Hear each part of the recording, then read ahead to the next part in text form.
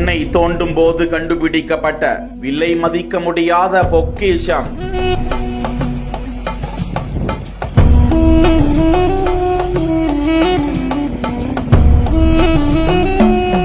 தொல்லியல் ஆய்வாளர்கள் கூறும் அற்புத தகவல். கடலூர் மாவட்டம் பன்ருட்டி அருகே உள்ள உளுத்தாம்பட்டு தென்பெண்ணை ஆற்றில் தொல்லியல் ஆய்வாளர் இமானுவேல் மேற்பரப்பு கள ஆய்வு மேற்கொண்டிருந்த போது தென்பெண்ணை ஆற்றின் கரையில் 2 செம்பு நாணயங்கள் இருப்பதை கண்டெடுத்தார். அவ்விரு நாணயங்களையும் ஆய்வு செய்ததில் அவை விஜயநகர காலத்திய நாணயம் என்றும் 2ஆம் தேவராய மன்னரின் படை தளபதியும் கீழ்த்தக்கலி ராஜ்யத்தின் ஆளுநராக இருந்த லக்னதண்ட நாயக்கர் என்பவரின் நாணயமாகும் என்றும் 2ஆம் தேவராயரின் அனுமதியுடன் தனது சொந்த பெயரில் அவர் நாணயங்களை அச்சிட்டு அக்காலத்திலேயே பயன்பாட்டுக்கு இருந்து வந்த நாணயங்கள் என்றும் கூறினார்.